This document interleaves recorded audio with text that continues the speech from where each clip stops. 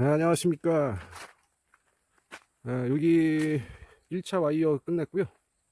이제 오른쪽에 보시면 이제 첫 번째 와이어까지 2차 작업을 합니다. 네. 여기 위에 밭에는 이제 한 세 줄 남았네요. 네, 이런 식으로 해서 요 밑에 이제 1차 와이어 있는 요 부분까지는 이제 내년 봄에 전지를 합니다. 2월 달이나 그때 전지를 합니다. 너무 일찍 해가지고요. 여기까지 자르게 되면 겨울철 한파에 이게 말라 들어갑니다. 이게 이 가지가 말라 들어가서 이 냉기가 이쪽으로 들어가서 결국은 냉해를 일으키기 때문에 일단은 살려둡니다. 그래야지 요 기저라고 합니다. 여기 뿌리 쪽, 여기 기저와 첫째는 둘째는 요 사이에 내년 봄에 원활하게 새순이 나올 수 있도록 요 정도까지만 절단을 합니다. 너무 바짝 자르게 되면 겨울 11월, 12월, 1월달 엄청 춥습니다. 그럴 때 여기 얼어붙게 돼서 냉해를 잃게 됩니다. 이 꽃눈 쪽에 냉해를 잃게 됩니다. 그래서 내년 2월달 들어서 상 봐가지고 그때 이제 1000마리만 냅두고 전지를 합니다. 요렇게 작업하는 게 이제 올 2020년 겨울 되기 전까지만 이렇게 작업을 합니다. 더 길게 작업을 해도 됩니다. 여기 첫 번째 와이어까지 냅둬도 됩니다. 근데 이제 내년 봄 되면 바쁘다 보면 또 일이 여러 가지 겹치다 보면 작업을 좀 서둘러서 해야 될 경우가 생기기 때문에 그냥 올해는 좀 작년보다 좀 작업을 좀 일찍 시작했네요. 네. 작업 쉬고 아직까지는 우리나라 모든 뭐 시스템상으로 이게 원활하지가 않습니다. 뭐 여러 가지 부분이 많은 부분이 있지만 특히 농협 같은 곳, 농촌의 농협 같은 곳, 개혁의 대상이 돼야 됩니다. 개혁을 해야 되고, 지금은 시대의 흐름에 적응을 못하고 있는 농협도 가장 문제가 크지요. 초창기, 저도 이제 저희 부모님이 이제 시골에서 농사를 지었어요. 짓다가 이제 가끔 이제 내려와서 이제 도와주고, 그렇게 많은 건 도와주진 못했지만, 보면, 참 농협뿐만 아니라 뭐 여러 가지 뭐 단체들, 농업에 관련된 단체들 보면 자기 이익에 대해서만 하지 이 전반적인 농촌의 이 시스템을 변화해야 된다. 그런 거 상당히 쉽지가 않습니다.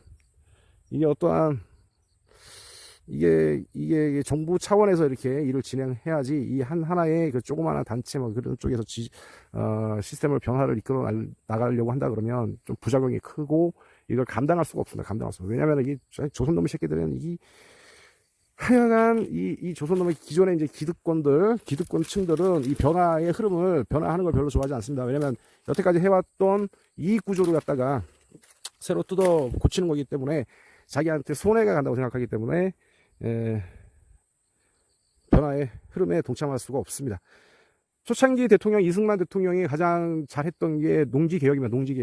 농지개혁을 함으로써 토지개혁을 함으로써 소작농으로만 지냈던 많은 농민들이 자기 본인의 땅을 갖게 되고 그로 인해서 자기가 열심히 일함으로써 부를 축적할 수 있는 계기가 되고 자유시장 논리에 맞는 시스템이 구축이 됐습니다.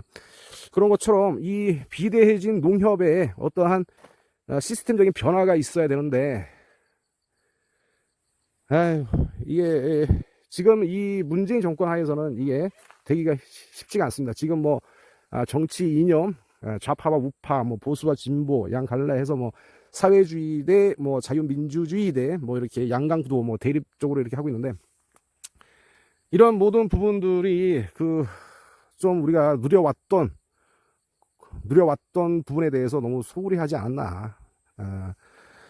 여러 가지 부분이 있지요. 정치, 경제, 문화적으로. 그리고 이제 소득 수준이 늘어남으로써 해외여행도 많이 갔다 오고 그러다 보니까 뭐 헬조선 뭐 그런 식으로 얘기하고 있지만 실질적으로 해외에 나가보면 우리나라처럼 그 치안이라든지 그리고 이제 돈으로 할 수 있는 부분 그리고 국민성 그런 걸 다 따져봤을 때 우리나라만 내가 없습니다.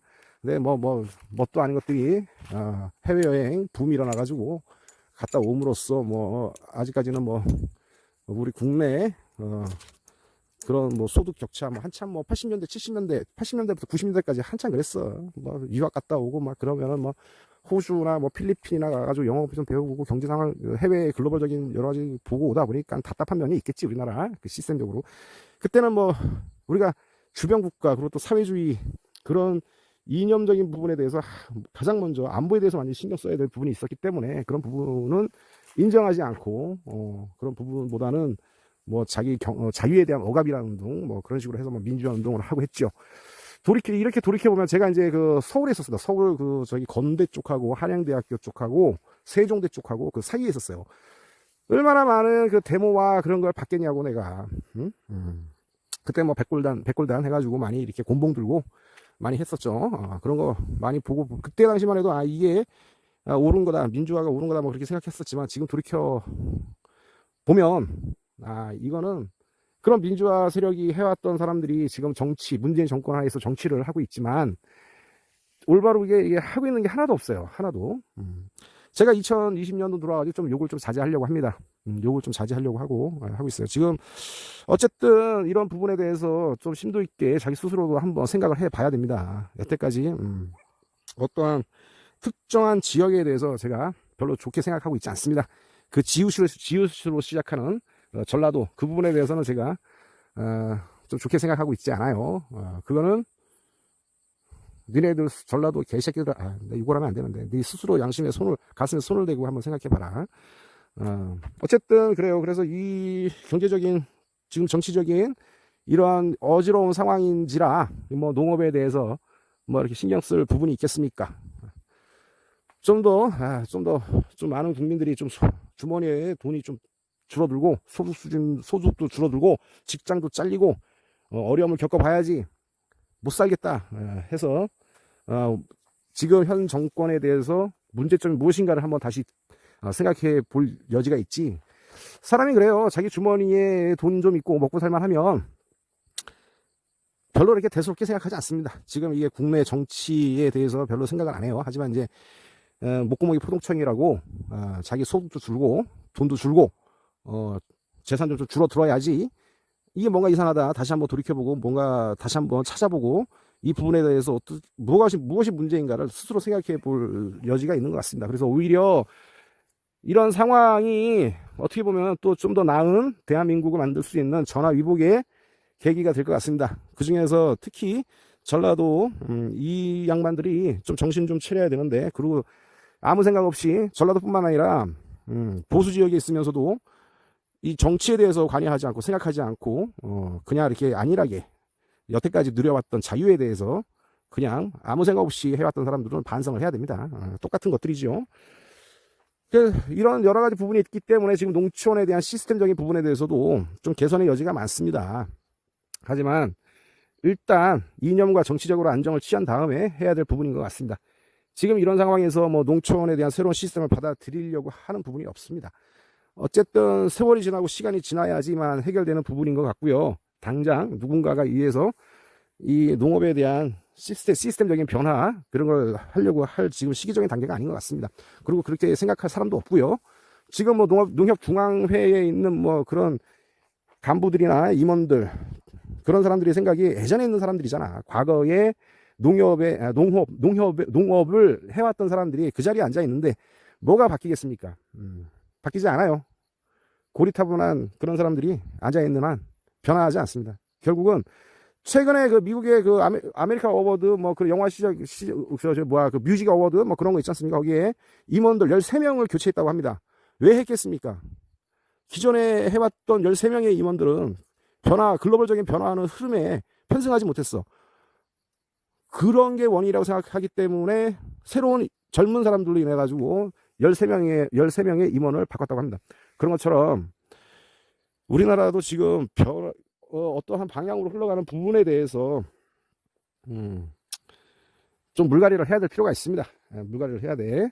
그렇기 때문에 그 전까지는 그냥 농업 하시고 계신 분 좆됐다 생각하시고 그냥 그러려니 하고 그냥 지낼 수밖에 없습니다. 하지만 바뀌어야 될 부분이 분명히 있지요. 여태까지 농협은 NH 농협 있지 않습니까? 농협은 농민들이 출자금에 의해서 만들어졌지만 지금 오히려 그 농협은 그 농민들 상대로 이자놀이밖에 안 하고 있지요. 특별하게 가장 중요한 본질은 농산물 판매인데 그 부분에 대해서는 별로 신경을 쓰고 있지 않습니다. 지금 우리나라는 농민들한테 생산부터 판매, 마케팅, 가공까지 모든 부분에 대해서 다 하라고 얘기하지만 이게 맞지가 않지요. 비근한 뭐 농업 국가인 그런 나라에서도 농민들한테 모든 부분에 대해서 전가하는 부분은 없습니다. 좀 더 이 공무원들은 해외에 가가지고 벤치마킹 한다고 여러 가지 나라 선진지 농법을 배운다고 해가지고 농업 국가인 뭐 덴마크, 네덜란드 뭐 그런 쪽으로 많이 다니고 있지만 스위스 뭐 그런 다니고 있지만 문제점은 알고 있지만 누가 그 고양이 목에 방울을 걸 것인가? 그거는 뭐 정치적인 그리고 또 사회적인 국민성 여러 가지 모든 게 부합이 됐을 때 변화가 일어나는 거지.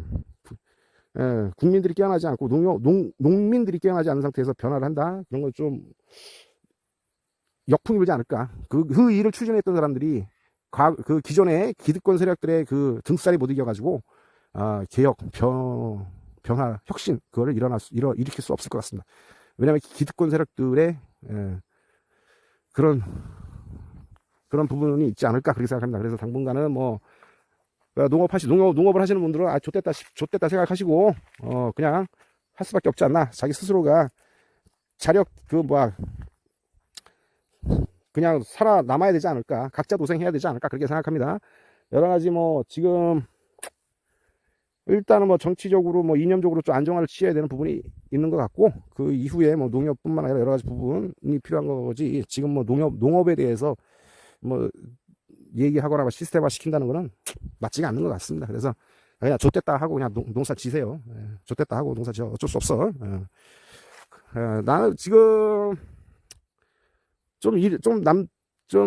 작년에 비해서 좀 이르게 이 작업을 좀 빨리 하는 편입니다. 뭐 좀 마음의 수양을 닦을 겸 이게 약간 좀 땀 좀 흘려야 될 것 같더라고. 좀 포도 수확하고 나서부터 특별하게 이렇게 육체 몸을 쓸 일이 없다 보니까 이렇게 나와가지고 하루에 2시간 3시간씩 일을 좀 해야지. 몸을 좀 풀어놔야지.